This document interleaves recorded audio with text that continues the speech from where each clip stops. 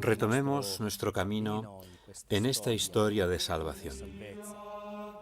En estos últimos tiempos hemos oído hablar mucho de las raíces cristianas de Europa, pero ¿por qué cristianas?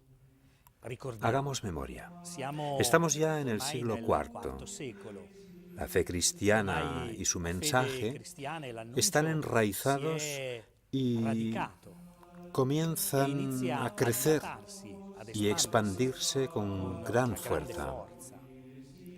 Hombres, mujeres, monjes, obispos, enamorados de Cristo, los cuales, como nos ha recordado el Papa en su carta con motivo del final del gran jubileo del año 2000, embriagados de Cristo, recorrieron los caminos del mundo llevando el mensaje del amor de Cristo.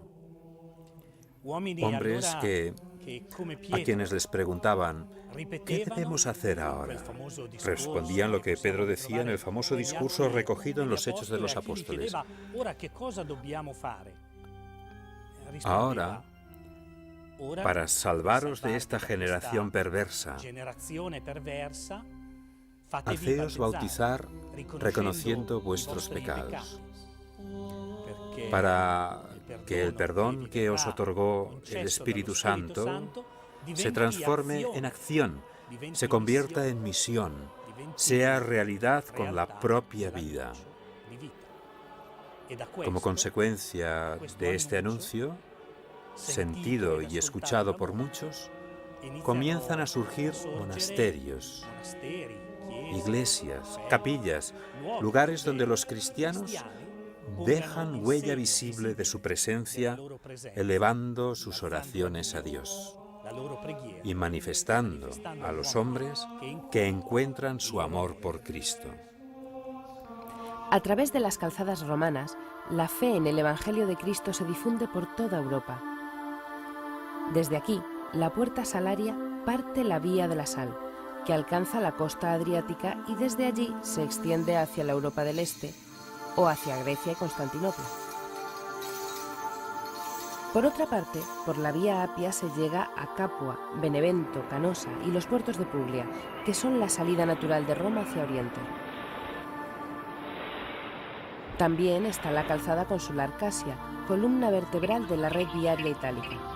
Con la Vía Aurelia, de la cual se han conservado gran número de trazados y por la que discurren hoy en día numerosas carreteras, el Evangelio llega al norte a través de Francia y más allá. Por lo tanto, es desde Roma, desde la sede de la Cátedra del Vicario de Cristo en la tierra, desde donde surge y se difunde la fe cristiana.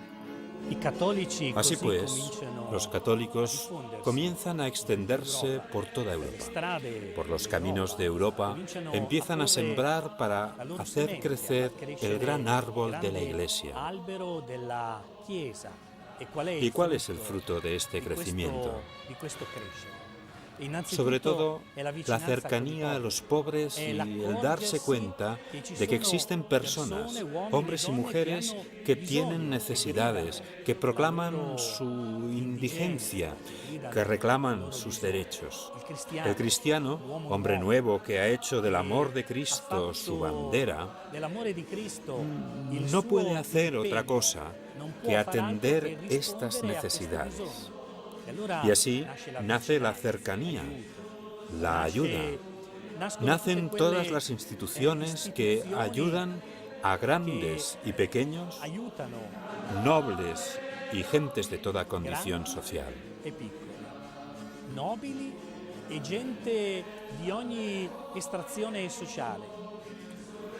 Todos se alimentan en una única mesa. Se sientan a la gran mesa de la Eucaristía y del pan eucarístico reciben constantemente nueva vida para la humanidad. La Iglesia crece, se convierte en el lugar donde todos los hombres se pueden encontrar sin distinción de razas o categorías sociales.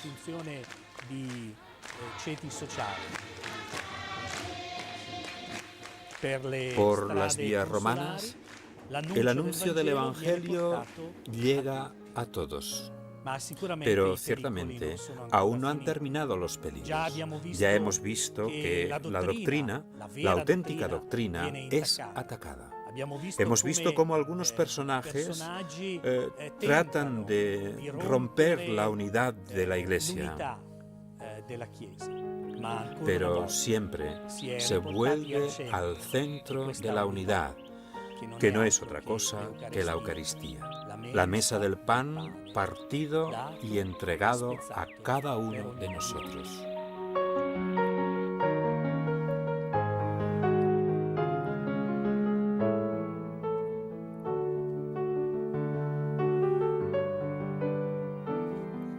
Estamos en Milán, precisamente ante la iglesia dedicada a San Ambrosio, santo patrón de la ciudad.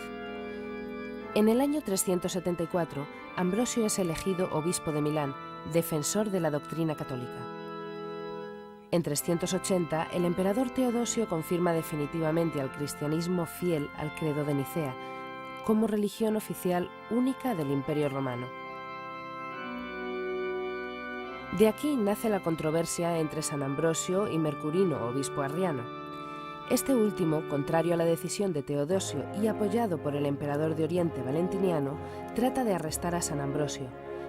Pero los pretorianos, que a estas alturas son católicos, se niegan a cumplir la orden, y San Ambrosio, que había jurado fidelidad absoluta al credo de Nicea y al sucesor de Pedro, sale vencedor del enfrentamiento. Así pues, San Ambrosio, reafirmado por el afecto y la fidelidad del pueblo milanés, dará un fuerte impulso a la construcción y embellecimiento de las iglesias, entre ellas la de San Eustorgio, en la que la piedad popular sitúa la sepultura de los Reyes Magos. San Ambrosio está tan enraizado en la cultura de la ciudad de Milán que incluso la liturgia propia del lugar presenta una serie de características que han perdurado hasta la actualidad.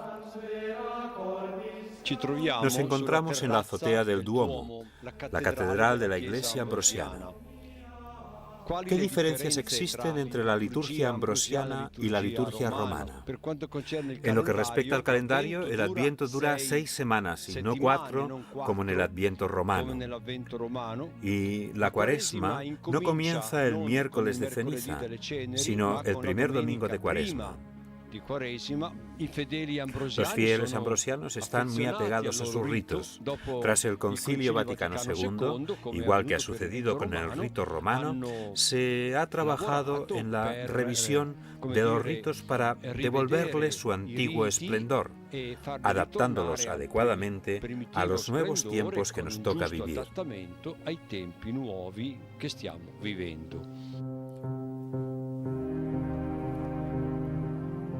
Mientras tanto, en Roma, Dámaso I, del cual nos queda en la ciudad una iglesia dedicada a él en el Palacio de la Cancillería, tiene que enfrentarse a la ambición de Constantinopla.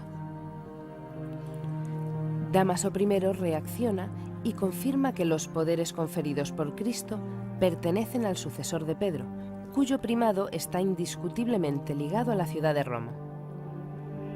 Durante el Sínodo romano del año 382, Dámaso I declara que la Iglesia de Roma debe su primado a los poderes conferidos por Cristo al apóstol Pedro, no a un concilio. Dámaso I tiene también el mérito de haber pedido a San Jerónimo, amigo suyo, la preparación de la traducción al latín de los textos del Evangelio. Textos que hasta el día de hoy siguen siendo leídos en las iglesias de todo el mundo. Y San Dámaso también será consciente de que la Iglesia está fundada sobre la sangre de los mártires.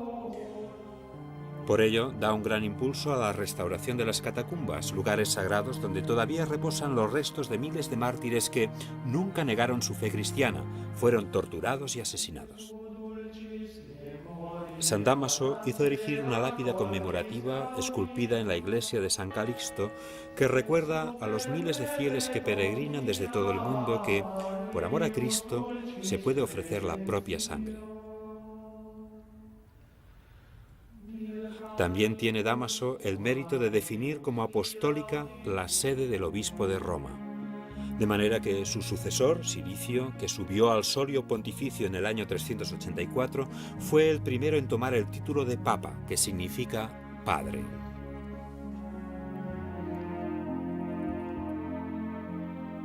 El siglo IV es una época de gran prosperidad para las comunidades cristianas de Asia Menor, Siria y África, e incluso de la misma Italia y toda Europa, más allá de los Alpes hasta Irlanda.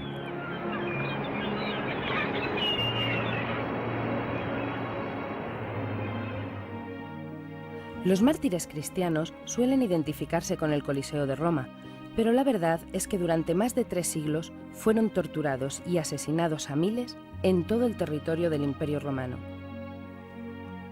Nos encontramos en Lyon, donde los mártires fueron innumerables. Por ejemplo, el obispo Potino, Becio, Atalo, Epagato, Biblides, Pontico y tantos otros como la joven Blandina.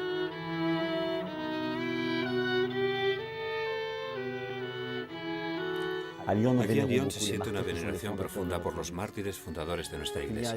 Tertuliano dijo que la sangre de los mártires es la semilla de nuevos cristianos. Pues esta semilla está en la historia de Lyon. Esta semilla fue plantada en el anfiteatro romano de las Tres Galias, en la confluencia entre el Gaona y el Ródano. Aquí hizo una visita el Santo Padre en 1986, cuando vino a Lyon. Y todos apreciaron, incluso los armenios, ortodoxos y protestantes, que el Santo Padre iniciase su viaje en aquel lugar donde los primeros hermanos derramaron su sangre por nosotros. Pero, ¿quiénes fueron aquellos primeros mártires? Eran simples diáconos, sacerdotes, hombres, mujeres, muchachas asesinados por su fe.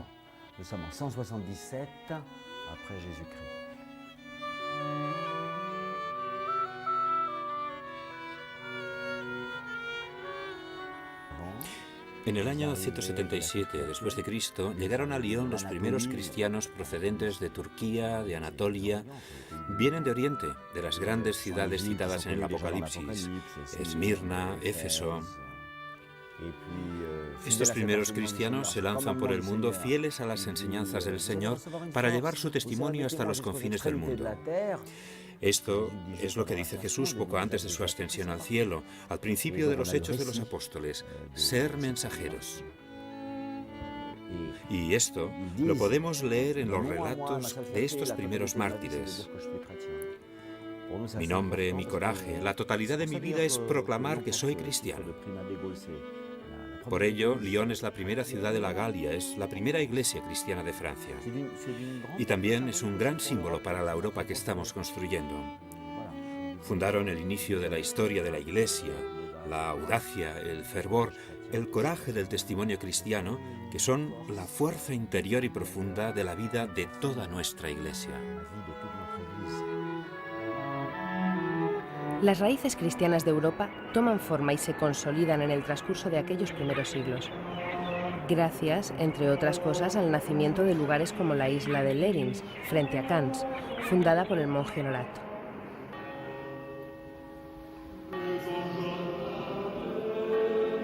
Hoy en día no queda nada de las edificaciones originales de aquella primera comunidad de monjes, pero en aquellos primeros siglos esta isla fue un importante nudo de comunicaciones para la construcción del pensamiento cristiano en todo el norte de Europa. Cuando San Honorato llegó a esta isla, esta aún estaba dentro del Imperio Romano, en una zona de frontera, expuesta a todo tipo de agresiones. Por ello, los monjes tuvieron que construir una torre para poderse refugiar, la cual, poco a poco, fue transformándose en un monasterio.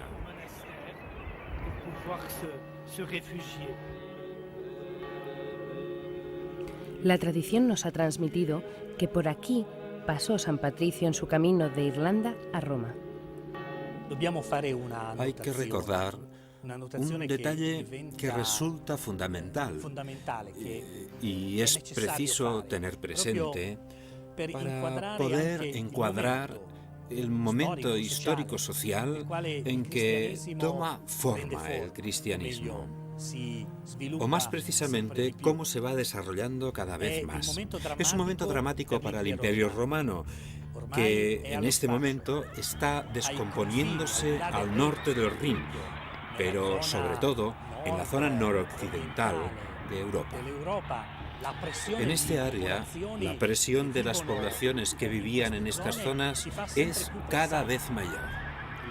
las tropas imperiales, las famosas legiones del Imperio Romano, no logran contener a estos pueblos que pretenden entrar en el corazón de Europa. Y el cristianismo debe afrontar también esta situación incierta.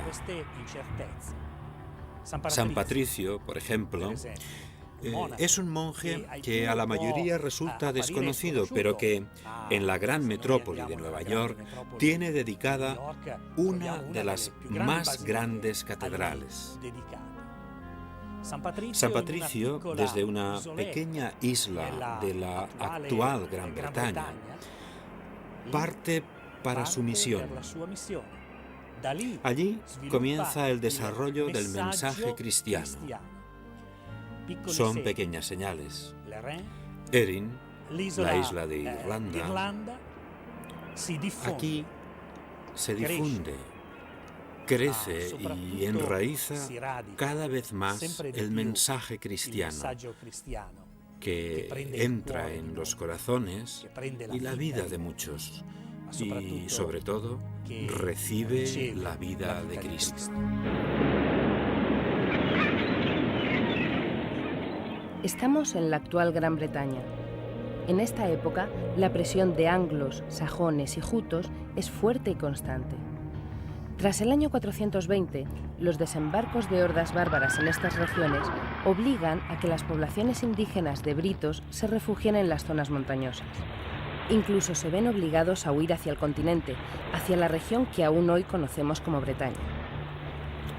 Así, mientras los britos son empujados hacia el sur y el norte, los irlandeses desembarcan en las costas occidentales de Gran Bretaña para efectuar sus incursiones.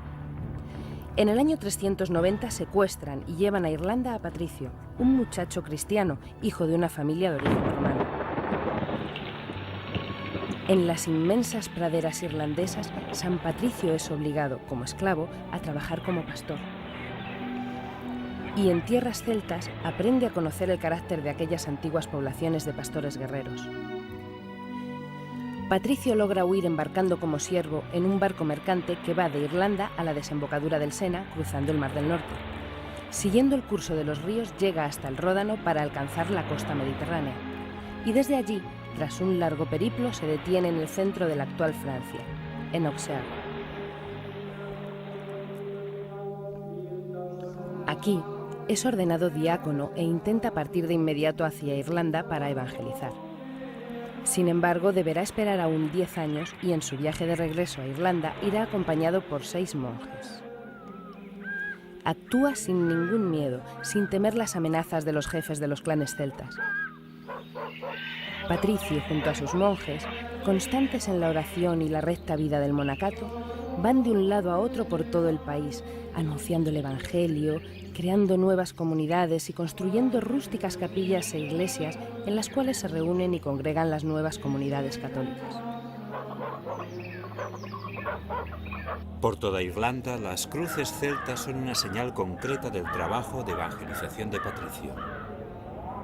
También la fidelidad al Papa fue un punto fundamental en la misión de Patricio. Y por esta fidelidad es por lo que Patricio se pone en camino hacia Roma. Se arrodilla ante el Papa León Magno, que escucha con alegría las nuevas sobre la Iglesia de Irlanda, hija fiel del papado. Desde Roma, Patricio vuelve a su Irlanda y, cuando muere, comienza a ser venerado por su pueblo como apóstol y padre de la Irlanda cristiana.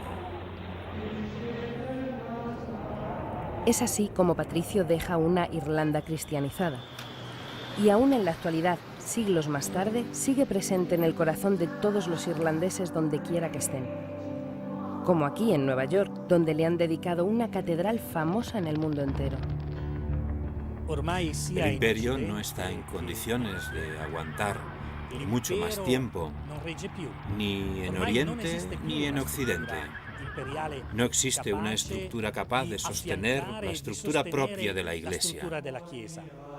Así que el obispo se convierte en punto de referencia de su territorio. una autoridad a la que acudir para poder resistir los ataques que deberán afrontar en los siglos venideros la Iglesia, la sociedad y la misma Europa. La Chiesa, la società stessa, l'Europa dovrà affrontare.